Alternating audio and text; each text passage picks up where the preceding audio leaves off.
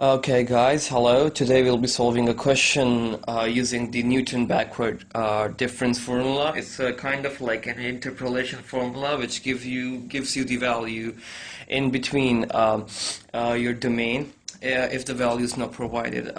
First of all, let me describe you the table that has been made over here. The values of x were given to us as 1, 3, 5, 7, and 9, and the value of y was given to us the value of x, and these are those values of y. Now, the first thing that you need to do for Newton backward difference table is actually to make a table like this. Okay. Now, these two values, columns will be provided to you in the question, but you need to form these columns. I'll explain to you how these columns are formed. Now, the first thing that you need to do is you need to for delta y is actually the difference between this value and this value. So you need to make a column that is called delta y after y. In this column you will minus this value from this value. So this is 1.098x minus 0.0, so you get this value. It's the same is done for this one. The difference, this minus this is over here, this minus this is over here, this minus this over here. So you get your delta y value over here. I'll explain to you why we are calculating these values after I explain to you how these are calculated. The second thing is delta square y. Now you might be thinking that we just square these values and write it over here. No, that's not the case. It's actually the second difference. How do we get the second difference? We repeat the same thing that we did over here.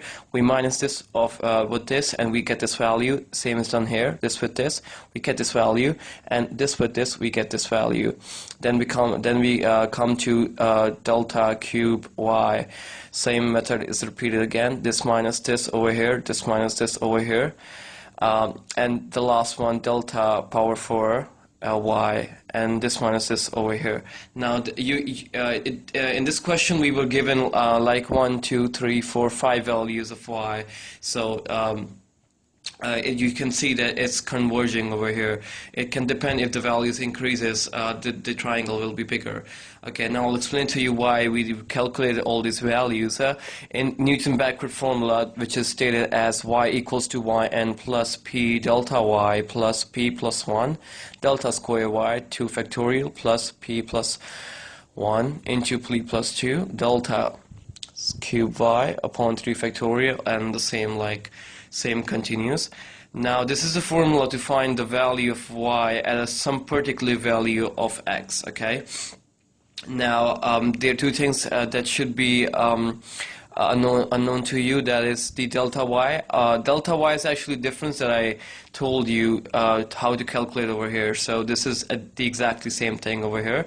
Delta square y is the values that are written in this column. Delta cube y are the values that are written in this column. Now, what we need to do is, the second thing that we need to do know is the value of p. The value of p is calculated with this formula, that is xn minus x0 upon h. H is actually the distance between the value, the difference between the value of x that has been given to us. So in this case, that will be any value you can subtract it from, like 9 minus 7 is 2, 7 minus 5 is 2, 5 minus 3 is 2. 3 minus 1 is 2. So let's start solving the question, okay? So I have been given for solve for the value of x is equal to 8. Now I know that I don't have x is equal to 8 value of y over here, okay? We have 7, we have 9, but there's no value of 8. So I need to find the value of y in between these values, which is 8. So it will come in between, but not the value in between y. So I write my x is equal to 8, I don't know my y. I calculate the p for it, that is 8 minus 7. Now, as I have my 8 over here, my x0 will be the value that is before the value of xn. Here, xn will be 8, so x0 will be the previous value, that is 7. So I plug in 7 over here. 8 minus 7 is 1, 1 and 2 is my h. H is the difference between the x values, that is 2. So 1 upon 2 is my value of p. Now I start solving the question. Y equals to yn. Yn is actually my first value.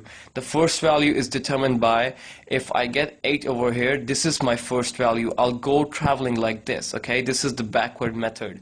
In backward method, you go up, okay? Diagonally, you go up. This is the way the letter is formed, okay? As you can see. Now, my yn, the first value of y that I have is 1.9459. I read the value yn over here. Continuing, plus p times delta y. Delta y, okay, I told you that the letter is like this, okay? So my delta y, next value is 0.5365, okay? So it comes over here, delta y times p is 0.5. The same value goes over here.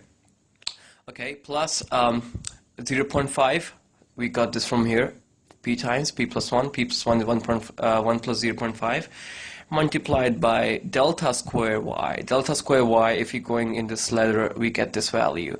So we plug that value here over to factorial. Okay, so the last thing over here is delta cube y, and we have the delta cube y equation over here. This one comes over here. I plug in the values. P, 1 plus P, 2 plus P into delta cube y upon 3 factorial. Now, as you can see, people can ask me why I stopped over here, The reason I stopped is because there's no diagonal value above this value, so I had to stop over here.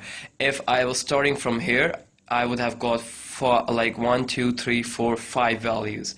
So if I started from here, I would have gone over here. But because I had my value of x is equal to a, so I started from here. So I got 1, 2, 3, 4 values.